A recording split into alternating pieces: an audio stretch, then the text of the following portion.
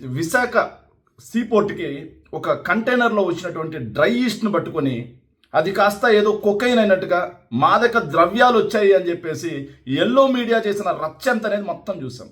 Yellow మీడియానే కాకుండా తెలుగుదేశం పార్టీకి చెందినటువంటి అధికార ప్రతినిధులు, నాయకులు అందరూ కూడా ఆ రోజు మాట్లాడిన మాట ఏంటంటే, సాయిరెడ్డి గారు బ్రెజిల్ వెళ్ళారు, బ్రెజిల్లో డీల్ కుదిరింది, ఇక్కడికి వచ్చింది, రాష్ట్రాన్ని డ్రగ్మయంగా మారుస్తున్నారు, ఈయన ఒక ఫ్యాబ్లో ఎస్కోబార్ అని చెప్పేసి చండాలమైన మాటలు ముఖ్యమంత్రి జగన్మోహన్ రెడ్డి గారి గురించి వైఎస్ఆర్ కాంగ్రెస్ పార్టీ మీద నెపం వేశారు.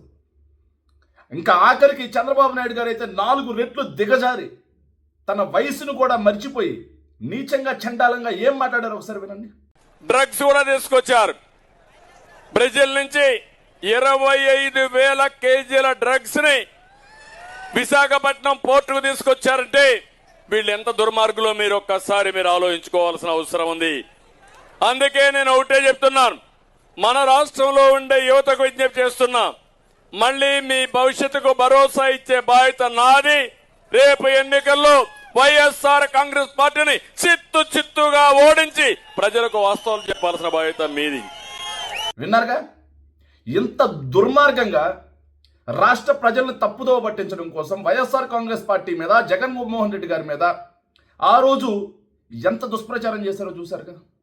మరి నేడు పార్లమెంటు సాక్షిగా క్వశ్చన్ అవర్లో అడిగిన ప్రశ్నకి సమాధానం ఏమొచ్చింది?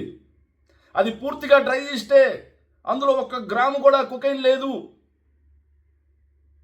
సో అది అసలు కేసే కాదు, కేసును కూడా దర్యాప్తును కూడా ఆపేశాం అని చెప్పి భారతదేశ పార్లమెంటే ఈరోజు తీర్పిచ్చింది కదా. మరి మాటికి ఈరోజు కూడా ఫ్యాబ్లో ఎస్కోబార్ అని మాట్లాడే ఈ ముఖ్యమంత్రి క్షమాపణ చెప్తాడా లేదా రాష్ట్ర ప్రజలకి, జగన్మోహన్ రెడ్డి గారికి? క్షమాపణ చెప్పకుండా ఇలాగే ఉంటే, అయ్యా ముఖ్యమంత్రి గారు, మీరేమో మా జగన్మోహన్ రెడ్డి గారిని ఫ్యాబ్లో ఎస్కోబార్ అంటున్నారు కదా, నేనేమంటాం? మరి గోబెల్స్కి తాత అని వచ్చా మిమ్మల్ని, గోబెల్స్కి ముత్తాత అని వచ్చా మిమ్మల్ని, తప్పుడు ప్రచారానికి ఆద్యుడు అని వచ్చా మిమ్మల్ని. సో మీరు బేషరతుగా రాష్ట్ర ప్రజల మీద ఏమాత్రం చిత్తశుద్ధి ఉన్నా, విశాఖ ఏదైతే డ్రగ్స్ అని చెప్పేసి ఆ డ్రై ఈస్ట్ మాటన ఉన్నటువంటి డ్రై ఈస్ట్ మాటన డ్రగ్స్ వచ్చాయని చెప్పేసి మీరు చేసిన తప్పుడు ప్రచారానికి రాష్ట్ర ప్రజలకి ఏమాత్రం చిత్తశుద్ధి ఉన్నా క్షమాపణ చెప్పి తీరాల్సిందే. ఇంకొకసారి జగన్మోహన్ రెడ్డి గారి గురించి ఫ్యాబ్లో ఎస్కోబార్ అనే మాట మాట్లాడితే మీ గురించి కొత్త పదాలు వెతికి మరి మిమ్మల్ని చిత్రీకరించాల్సి వస్తుంది. తస్మాత్ జాగ్రత్త. చిత్తశుద్ధి ఉంటే ప్రజలకి జగన్మోహన్ రెడ్డి గారికి క్షమాపణ చెప్పండి.